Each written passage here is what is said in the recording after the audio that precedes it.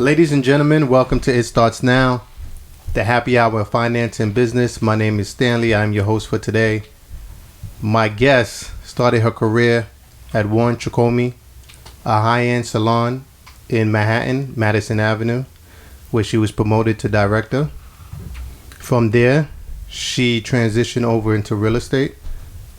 From real estate, she found so much fulfillment that she started her own company called Mevy F Rim Destinations, which encompasses everything. Everything that has to do with planning, wedding planning. Please welcome Mevy F Rim. Thank you. I like that. Thank you so much. Thank you for having me here. Thank you. It's an honor. Well, it's a pleasure to have you here. And I've been trying to find a way to really get our conversation going. Yeah. Because you provide so much more than just real estate, than just Mevy F destinations, right? But before we dive into that, I really wanted to go over real estate. Okay. Right? And a lot of people don't really understand the behind the scenes when it comes to real estate. They think, okay, if I sell a house, automatically I'm going to get paid. Yeah. Or I'm going to get paid the full chunk, right? And right now, currently, you're working with Modern Spaces, correct? That's correct, yes. All right. Now, with Modern Spaces, do you guys deal with, what type of properties do you guys deal with? So, Modern Spaces, just to give a little background, the company was founded in Long Island City, Queens.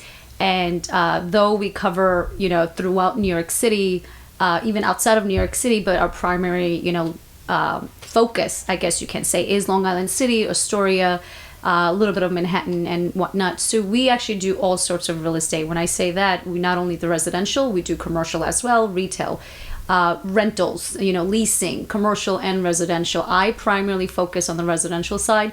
But on my agency, we do everything. Even sort of, if not necessarily Modern Spaces property management, but we do have agents within the company that are solely focusing on the property managing side. So they work with landlords where they help with the whole process of renting and whatnot. So anything that's real estate related, we do it all. And as a matter of fact, now we are branching out in New Jersey as well. Let's say maybe in the future we'll be in the tri-state area and elsewhere in the United States. Yeah. How did you get into real estate? So, okay.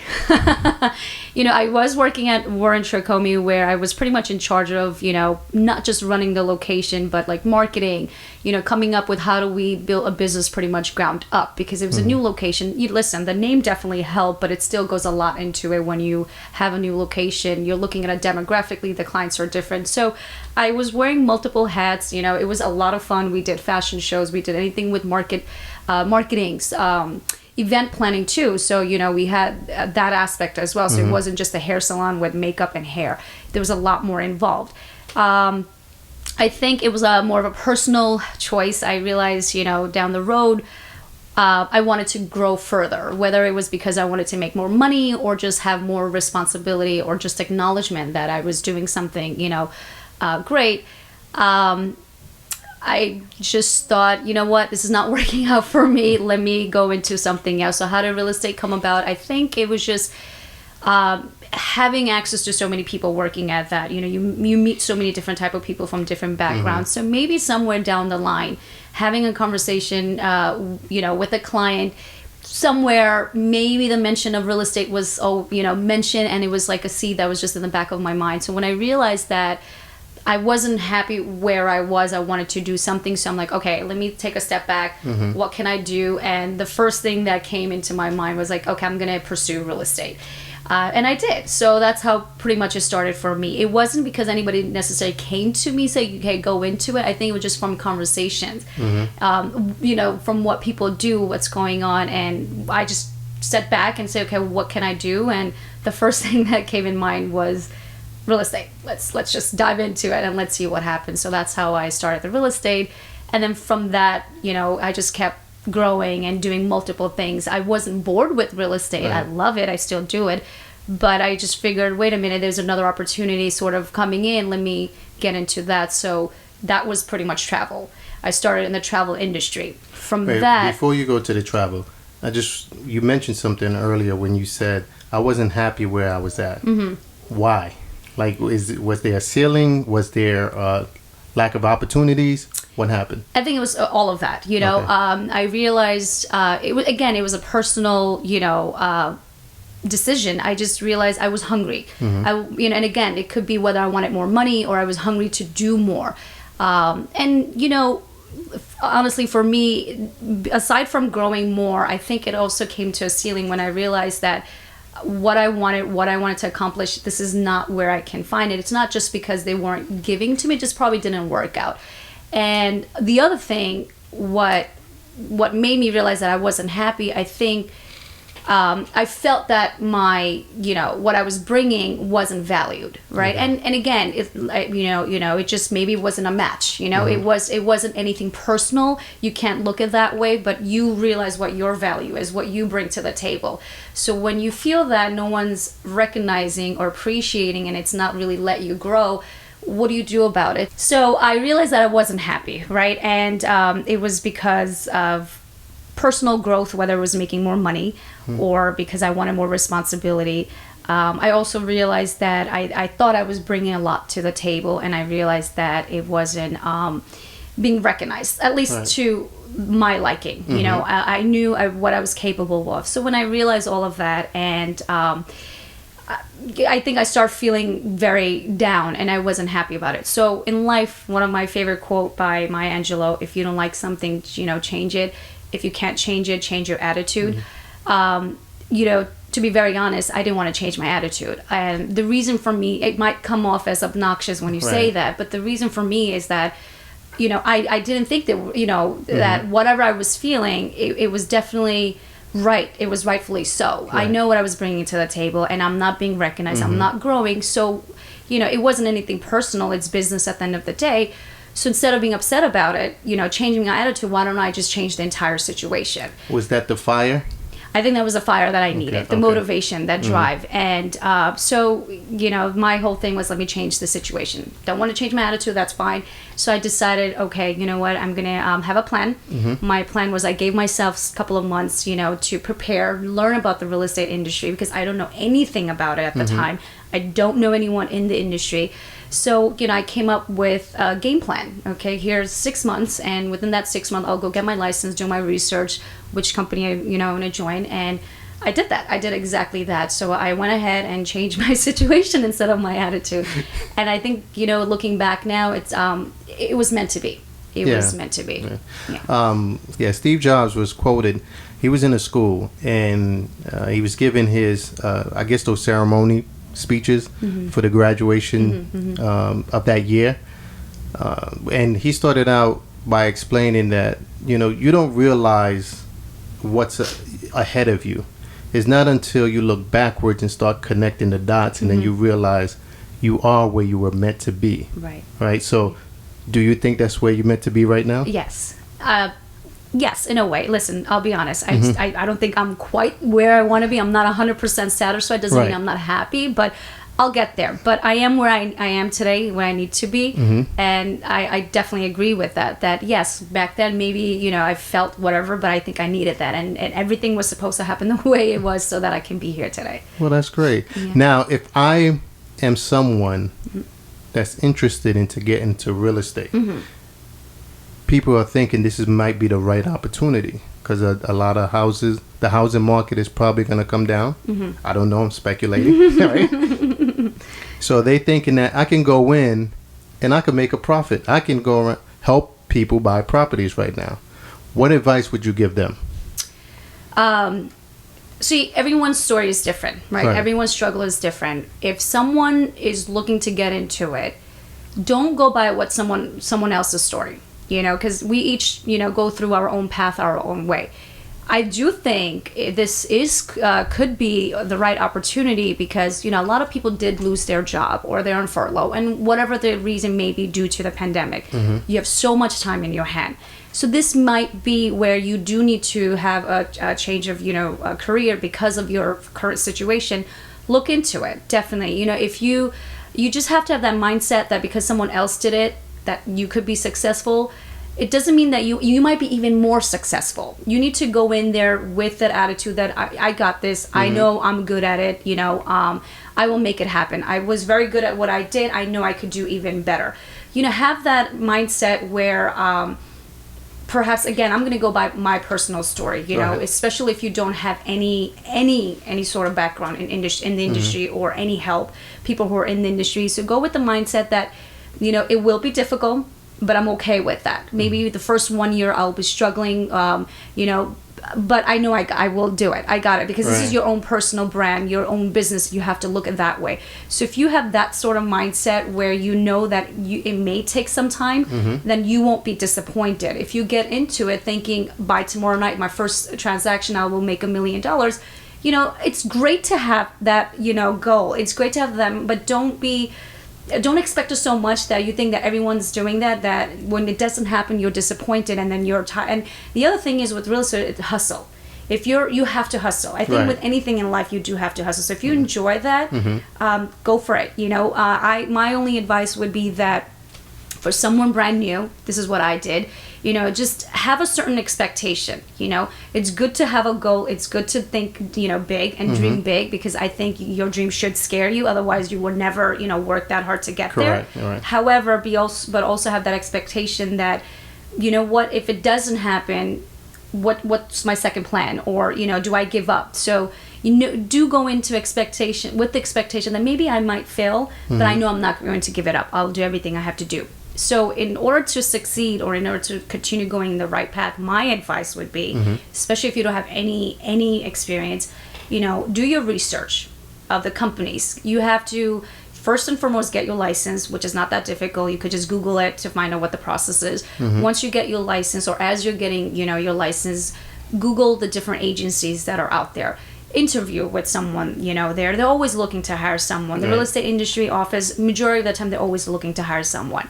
Not to cut you off, I think we had this conversation before when you said that when you're going for your license, or when you're going to interview, you're actually interviewing the company. Yeah. Right? It's not the company interviewing you. No, that's what I was just going to get into. So when you're doing your research, when you're sitting down with someone from the agency, look at this way, that you are the one that's interviewing them, why you should join the company. Meaning, what type of mentorship do they offer? What kind of training will they be offering? So things like that. So every agency out there, they are looking to hire new people, because if you make money, they're making money. However, how is it beneficial to you? So when anyone that's new getting in the industry, you're interviewing the agency. Ask them the questions like, okay, I'm brand new. How will you help me? How will you help me to get a lead? What type of mentorship do you have and you offer? So yes, definitely, have that mindset. The second step would be, if you can, depending on the agency, I don't see why it should be, hook up with a team. Basically, team up with an established team already. Learn from them. Be humble. It's okay if you're helping them on the side, but just watch them. That's what I did.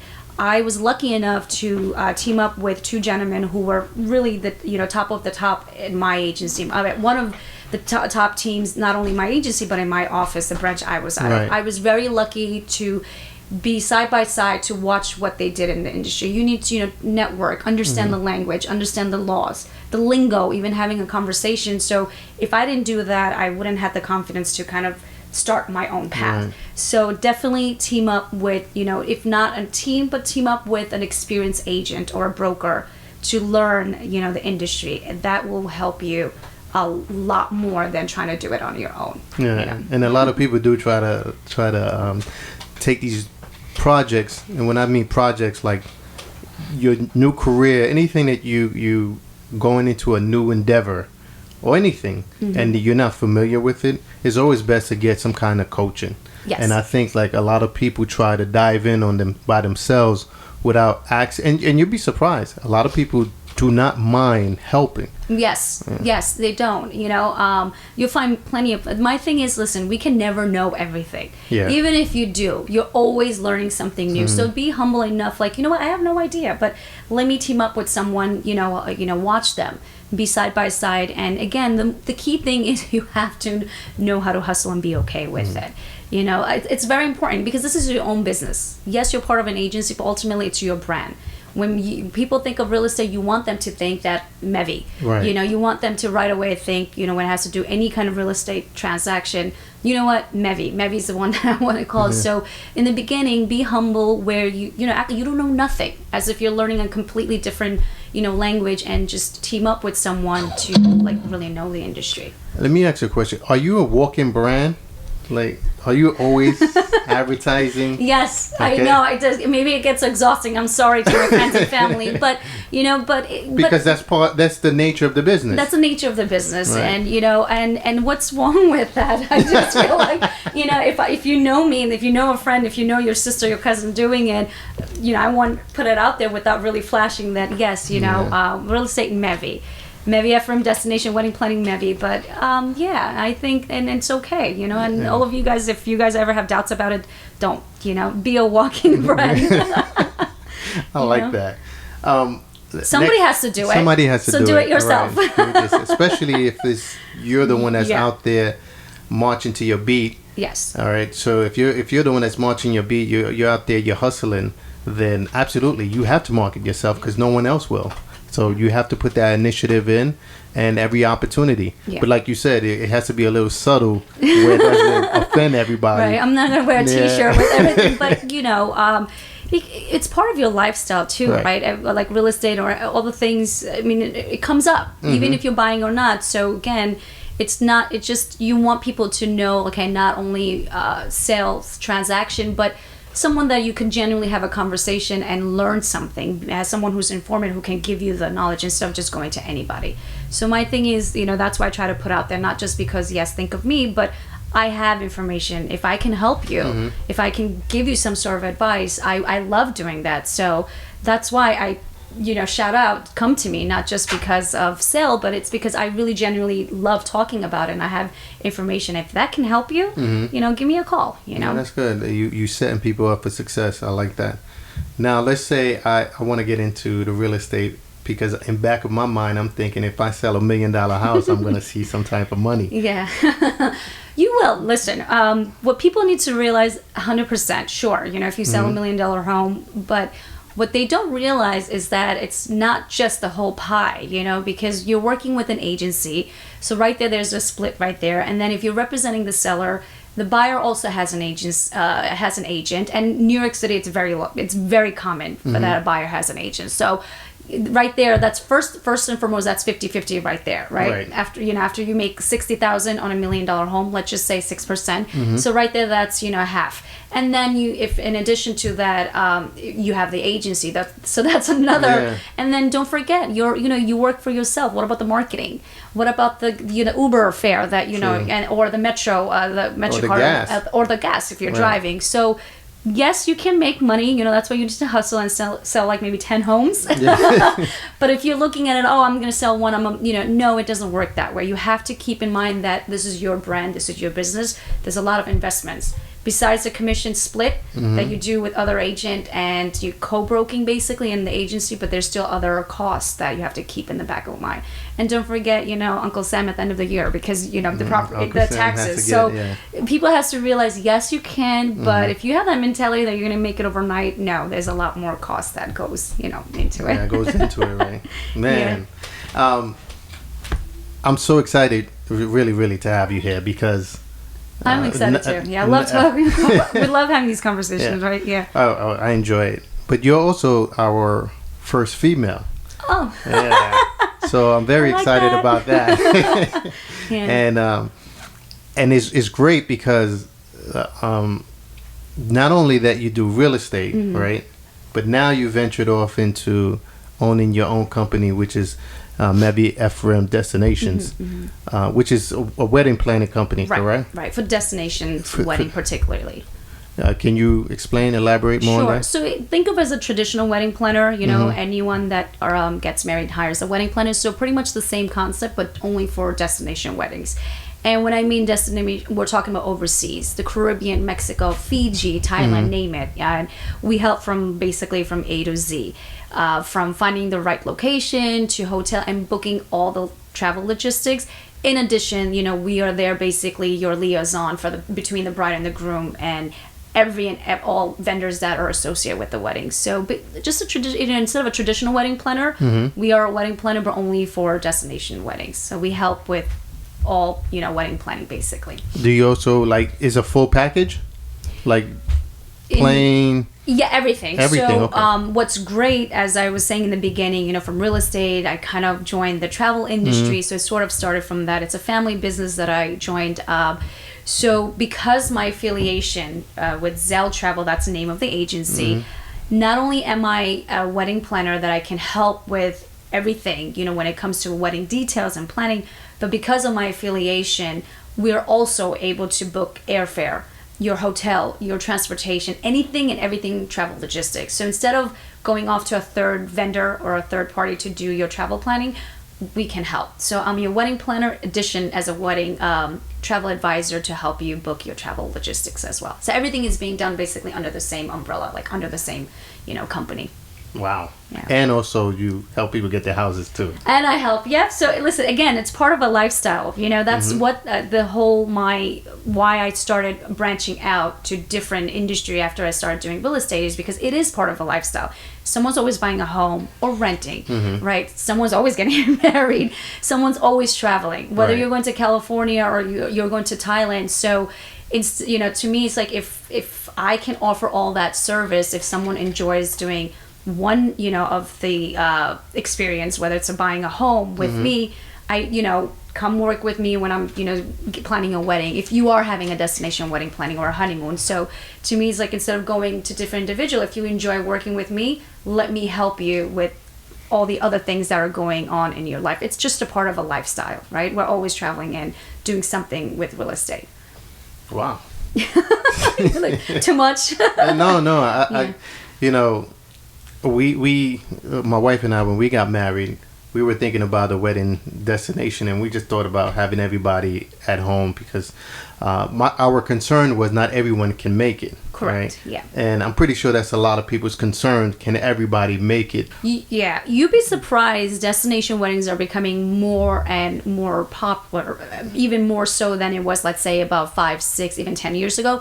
The reason why, because it's all about experience. Meaning, a lot of people you'll be surprised, they don't really go on vacation. So when they hear that opportunity of going overseas for wedding, they're almost like, hey, this is my chance to also have a vacation. It's just an experience. It's no longer about being there for your loved one who's tying the knot, but also having a vacation experience. So 100%, there's a lot of people that have, especially, your wife is South Asian, so our weddings are very big and very, very extravagant, where you have almost 600, 700 guests.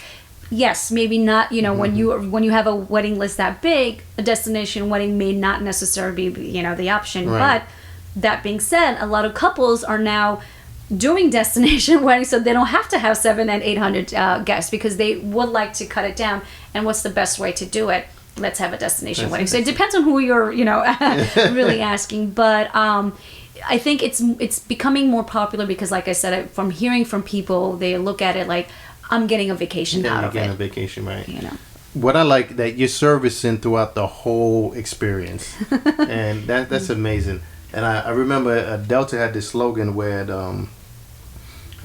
throughout the whole travel experience, they want you to enjoy it.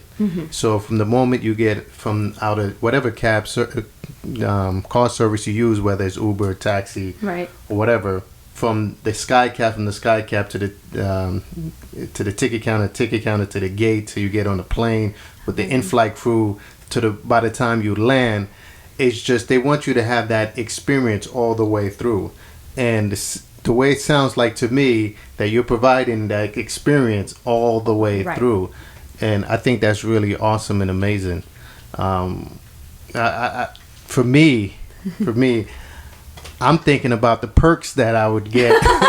I'm sure everyone does, right? Yeah. So, but by you having a company that's affiliated with one with Zell's Travel, right, but also you do the wedding planning, you have to have a lot of affiliations with the hotels, with different vendors down there. Right. You do get a lot of perks, absolutely, because again, it's about selling an experience. Right. Enjoying from the moment you get there to the minute you leave. So a lot of these resorts, a lot of these hotels, destinations, the tourism board, because of my affiliation with the agency and what I do, the romance, travel, they do invite us over to experience from A to Z, because then we can come back and sell it to our clients, whether it's a wedding, whether it's a honeymoon. So yes, there's definitely a lot of perks.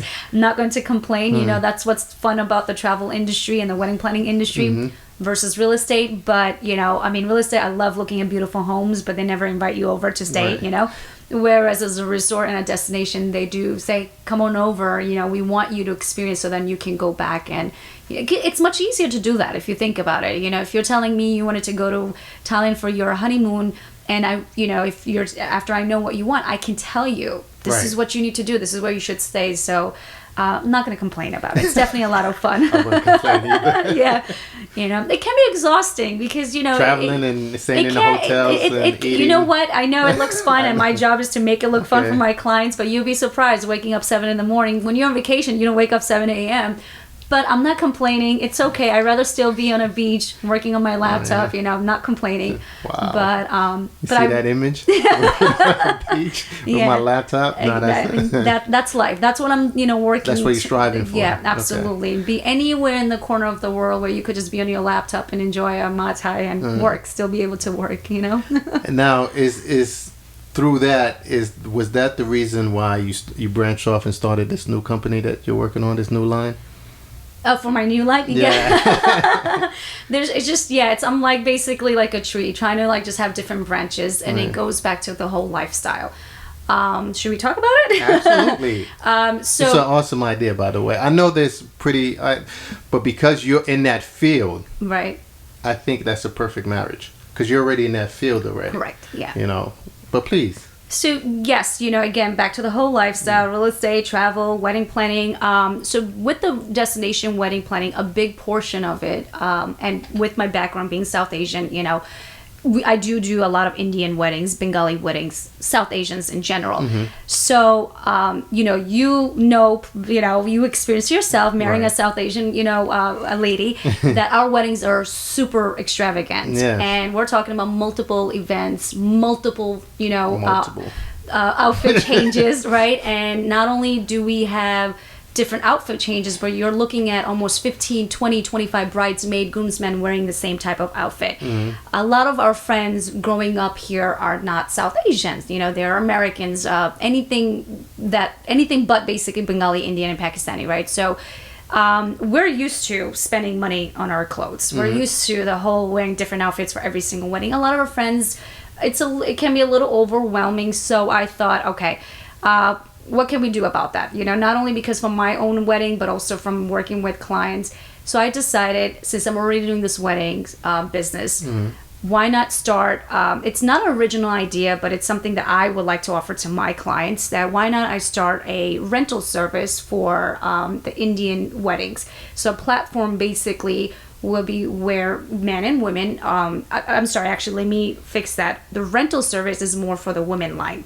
So for anyone going to a wedding, instead of buying $500-$600 worth of an outfit, they can just rent, wear it, return it, because they're never going to wear it again. And you don't have to repeat the same outfit. So you don't feel guilty about, oh my goodness, another wedding, am I spending another, couple of $100? You don't have to anymore do that. So this is going to be called Mevy's Closet. So the concept is basically, you're borrowing borrowing or buying from Mevy's Closet. So in addition to the rental, again, because the wedding party tend to be very large, a lot of times it's very difficult to get the same outfit for so many different sizes within a budget. So in addition to the rental service, we are also going to be offering any custom design outfits for wedding parties. So Yeah, that's amazing. it's I should be launching. I'm hoping within a month. It's just making the announcement hopefully in a month. But I guess I'm making the official announcement away here with you. So thank you. I appreciate that. I'm really excited about it, and it goes back to what you were saying with the Delta slogan. From the minute it's just being part of the entire experience. The whole experience, the whole travel ribbon. And listen, I enjoy it. I genuinely do. I was already doing it for my own wedding, my own family and friends. So I was like, you know what? It's just another addition to my wedding planning service. So now offering rental clothes and custom design clothes for any and every wedding. To me, I think it's a great idea, and I'll tell you why. Because I should have started 2 years ago, right? Yeah, because the experience for me, I believe, was.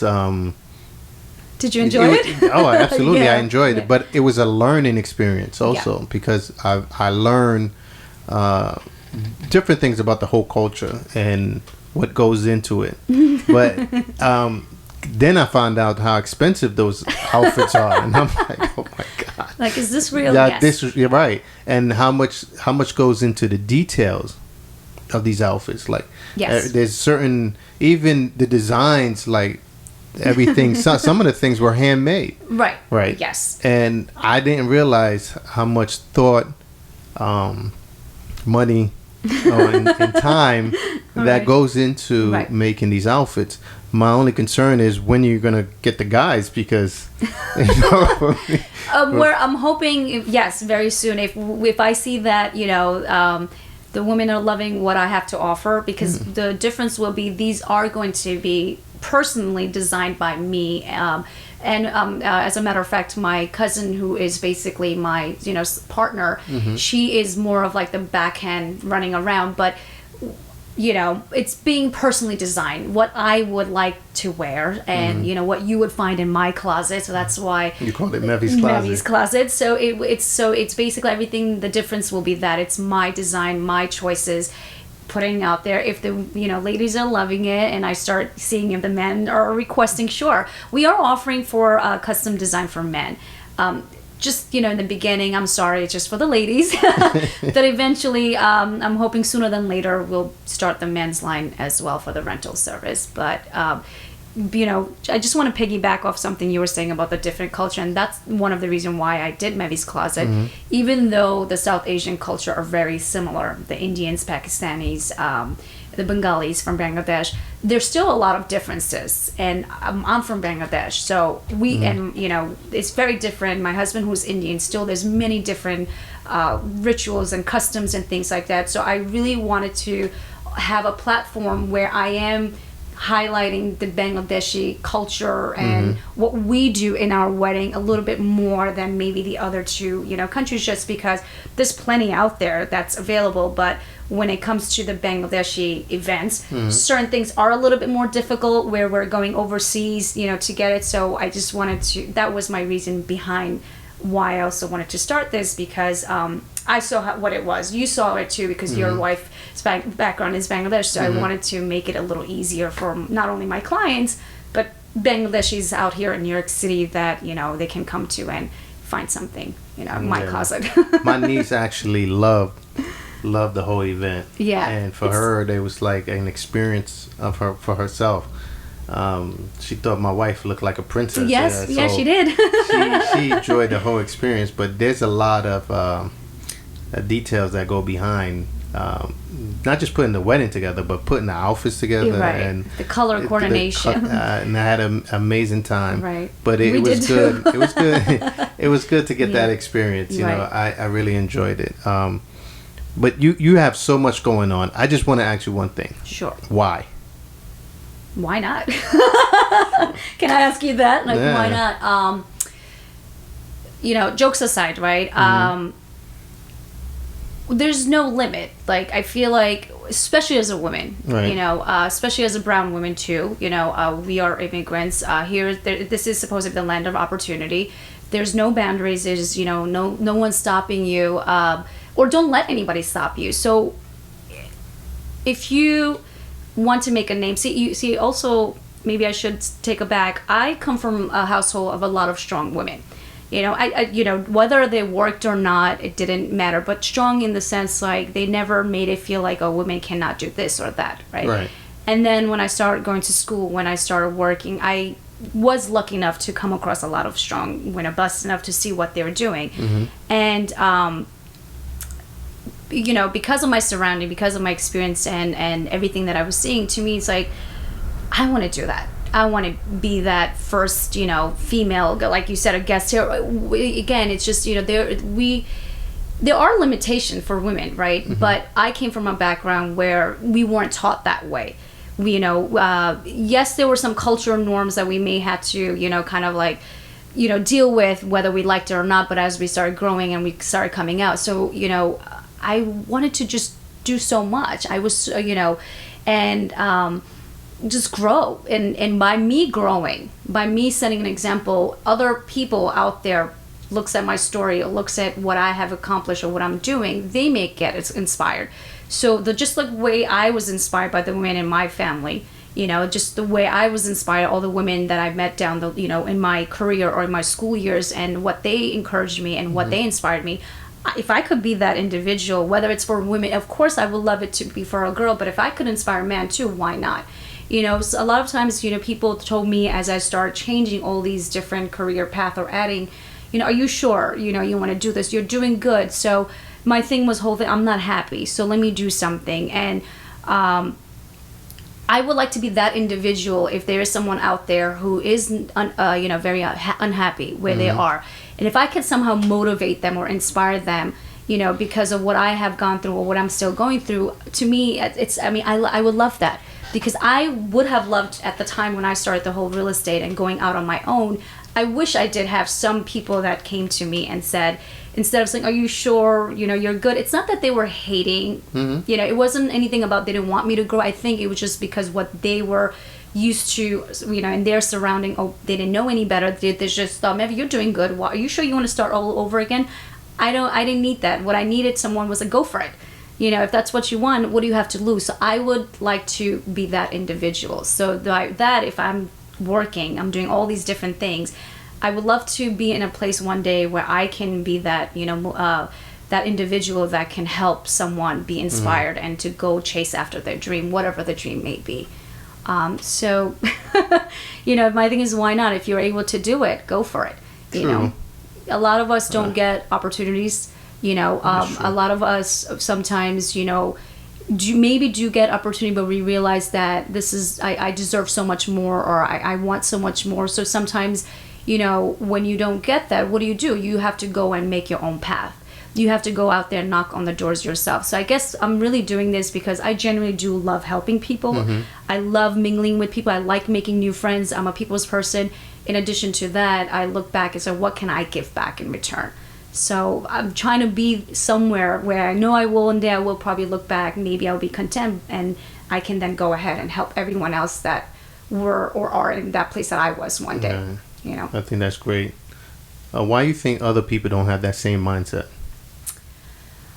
I think a lot of it has to do with fear and the comfort zone. They get stuck.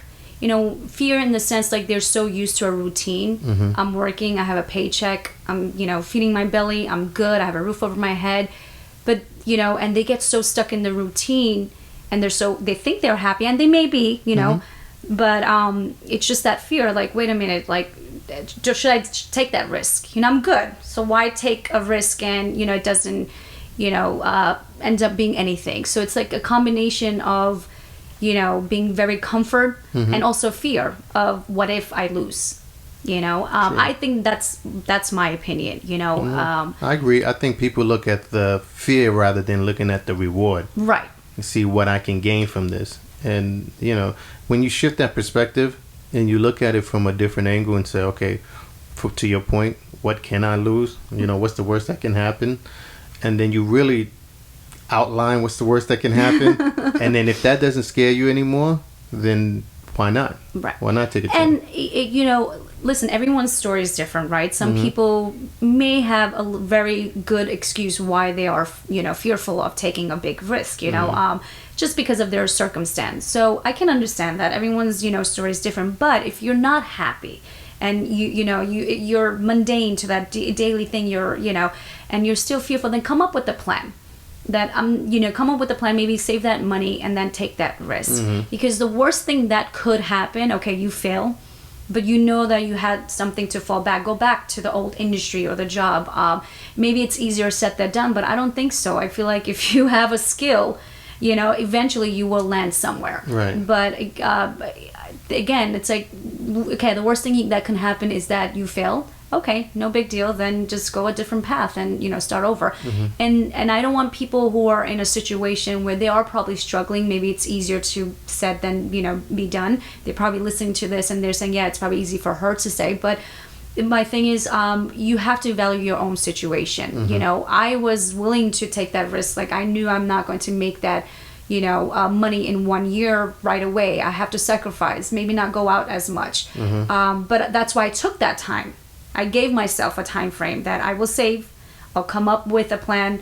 I'll get my real estate license and then join. I didn't just do it a little overnight, but I started working towards that path. So, ultimately my thing is, what do you have to lose? Yeah. A friend of mine, recently we had him on the show. He made a good point. He said, I don't look at things as a failure. I look at things as a ladder that's getting me closer to the top. Yes. And I thought that was profound, because when I looked at it from that angle, you're right. It made you become a step closer to your goals, right? If you look at it that way. Right. A lot of people have that I am a victim mindset. Right. And they think everything is against them, instead of looking at it from the angle like, this could make me stronger, this could make me better, and I will be able to overcome this once I learn from it, right? And I think that's the opportunity that's missed, or missed opportunity, I should say, to learn from that experience to take you to the next level or climb up that ladder. Right. No, I 100% agree with you, and it goes back to what I was telling you, my story, why I started. If you are going to feel like you're the victim, change the circumstance. Right. Do something about it. Why do we have to feel entitled that everything is handed out to us? Some people, listen, life isn't fair. Some people probably, are handed everything to great, good for them, but stop looking at it like, why is that happening to that individual? I'm the victim. I don't do something about it. You are, your life, your story, your success, your failure, everything is in your hands.